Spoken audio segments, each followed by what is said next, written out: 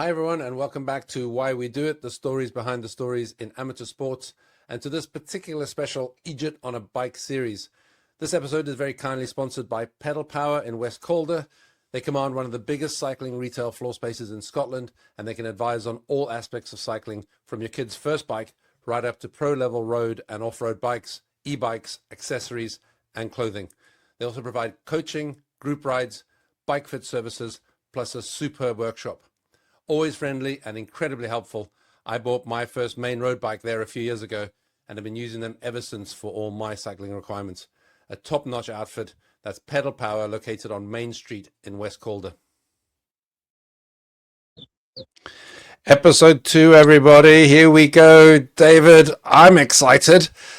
God knows how you must be feeling. You've just arrived in the North Cape. You are a few hours away from going. We'll talk about that in a second, but how are you doing? The biggest question of the lot so far. How are you doing? How are you feeling? Well, I'm giving you a little review of what it's like here. All the weather forecasts all week were for pouring rain here and wind and cold. And I'm delighted to say, at least for now, I've got off the bus and it's warm, dry and sunny. So the gods are looking down on me. I've another 6 hours to wait before we go, so who knows what will happen. But for now, anyway, at least I can keep smiling. So you're there. You've literally just arrived. I worked out earlier on, by the way, that you are going to be starting at exactly the same time that Scotland kicks off against the Morocco game tonight in the Morocco match. So if people are watching that, which I'm sure many will be, when that match starts, David's going to be off almost at exactly the same time. So a few hours to go. Most importantly, your bike is there. You've got your bike. That's important. Yes. The packing of the bikes into the vans left a little bit to be desired, but I've cycled it around a bit and it's okay. Awesome. And you got your tracker? Are your trackers with you? It's in my pocket. I've got to turn it on yet. Yep. Thank God for it. Well, that's why I was slightly panicking, because your tracker is showing it's still in Alta 4 hours away. Right. And thank God that's because you haven't turned it on, because I was starting to think, please don't tell me they've left his bike back in base, or you've left your tracker in your kind of side cabinet at the room you were staying in. So you've got it. You're all good. You're ready to go. Just tell us about the last few days. Some of us had the pleasure of having an evening with you last Saturday here in Bologna. You've had a hectic few days traveling. How's the last few days been? Sleep, eat, and stress, I would say, are the last few days. Getting here with the just getting here was stressful because I had to fly to Oslo. I had heard all sorts of horror stories about Norwegian Airlines. They turned out to be just as chillaxed as somebody on the west coast of Ireland. No issues at all. Same thing at Alta. And then I had a nice couple of days just eating, drinking, and doing very little for the last 2 days in Alta. So today was a bit stressful just because we were hanging around all day and we just arrived. So it's brilliant. I have another 5 hours here, or 5.5 hours, dinner and chats with people, get the bike set up, get all the kit on. I haven't even got my cycling kit on yet. I've got to change into that. So busy few hours ahead.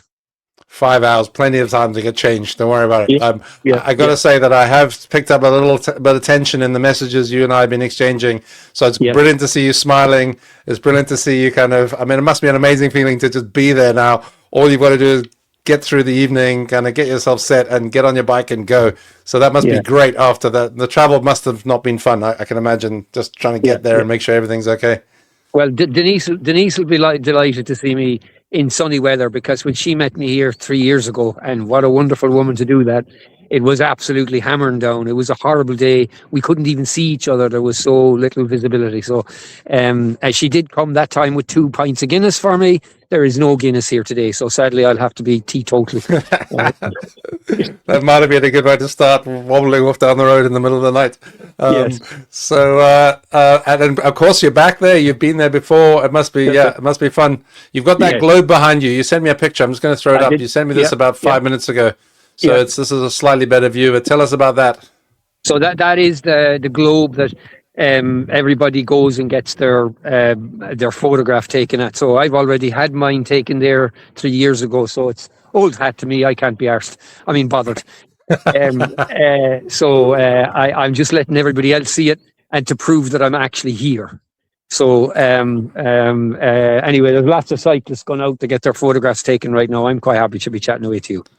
Brilliant, fantastic. Before we get into the final question, because this is a really short episode, I just wanted a couple of points to highlight for everybody. Folks, this is a barcode where you can donate. That's on the screen now, but it's also permanently in the top right hand corner. When I take it down, it's still going to be up there.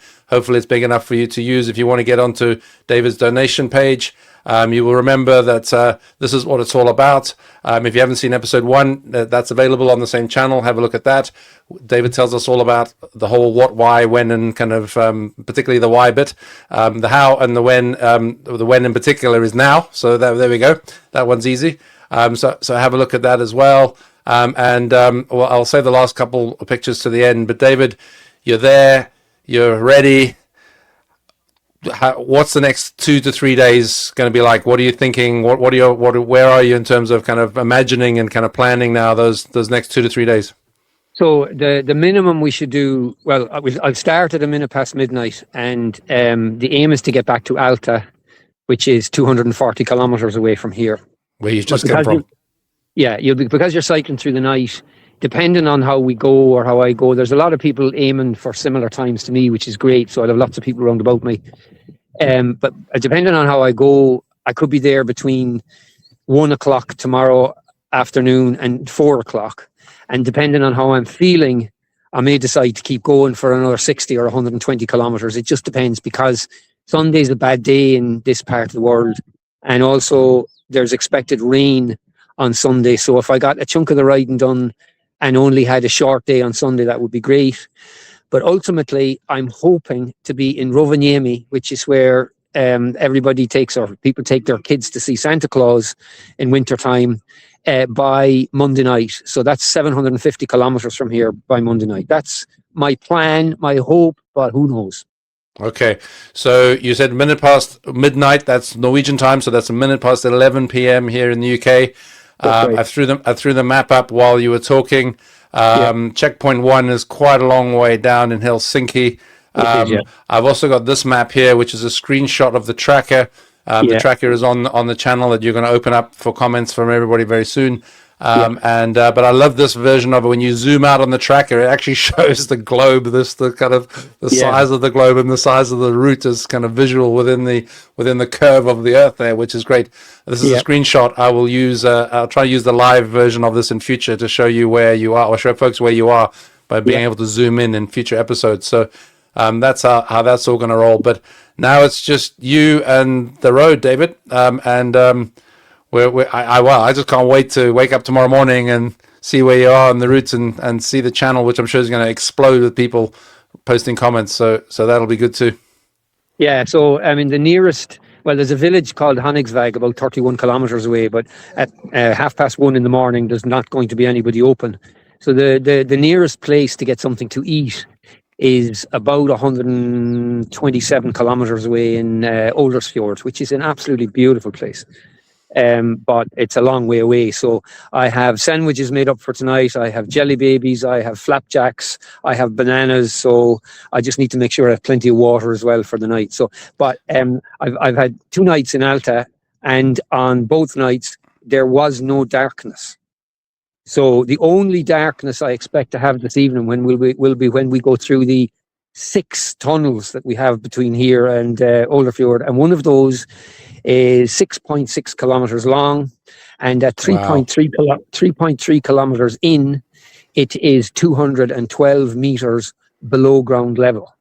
So it gets very cold and very noisy, and when cars come into that tunnel, it sounds like it's a jet plane. It's horrible. And also very dark when you're not got anything around you. Actually, since I was here 3 years ago, there are now lights in the tunnel. So bonus. Slightly brighter than it was before. And unlike the last time, I have lights that work this time, so I'll have them switched on. So I'm less worried now than I was. There's a bit of a technical descent from here to Honningsvåg, which you need your wits about you going down it. It's coming up it is interesting. Going down it is going to be even more interesting. So I'll be taking my time going down, no heroics. Get started, get on the road, get some kilometers under my belt, and do what I'm here for, which is cycling rather than stressing. Rather than messing about with all Yeah. the kind of things. That picture you put up, by the way, of the sandwiches pile on the main channel, that is something else. Where the heck have you stashed all that stuff? I mean, you need several back pockets for that.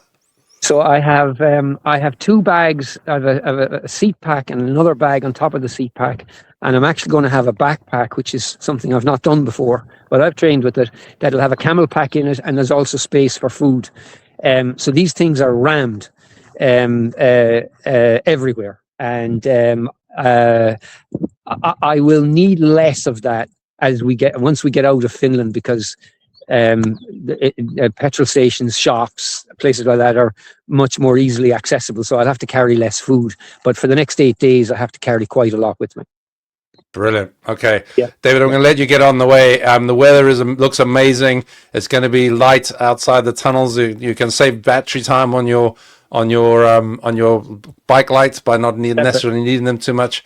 So that's all good news. And wow, fantastic. Good luck with it. I know that people have been asking when the channel's going to open for chat, and as I already said, it's going to explode. You've kindly said that we'll post this video, which I'll try to do in the next 5 or 10 minutes.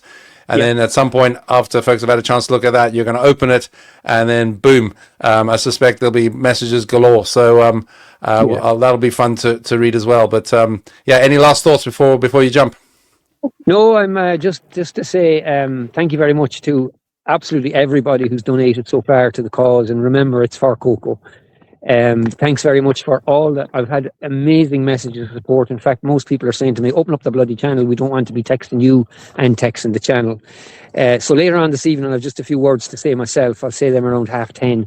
And once I've got those words across, they're really just thanking people and a bit of other stuff. I will, so around about 10:30 or 10:45 tonight, I'll open up the channel and people can say whatever they like at that point. Although I would prefer if we could avoid anything that could cause any, let's say, disharmony. Or offense. We don't want that. We want love and friendly banter. Oh no! I'm quite happy for people to be offensive to me and disharmony to me, but let's just say disharmony to other people elsewhere in the world. Would we be good if we'd avoid that? Yeah. We won't explain why you're saying that. But some of us do remember why you're saying that, but we won't get into that. It's all going to be good this time. So fantastic, David.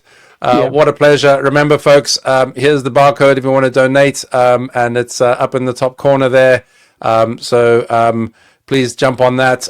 It's over 22, I think it was when I looked at it now. The tracker channels are also there, so you can follow the tracker. Number 61, he's not listed as David or Daithi on that. He's listed as Eejitonabike, which took me kind of a couple of minutes to figure out. So you can find him on the tracker there. Number 61, and Michael Becker is also there. I can't remember his number off the top of my head. It's not on the screen, but you can look up Michael, who I'll also be tracking to see how he's getting on. David, fantastic. Let's jump. Have a great time. I don't know when we're going to talk again next, but in a few days perhaps. And I can't wait to see how you're getting on when we talk then. Okay, Jim, thanks a million. Look after yourself, and I will speak to you soon, please God. You look after yourself. Crikey. Okay. Cheers. All the best. Bye-bye. Okay. Bye-bye.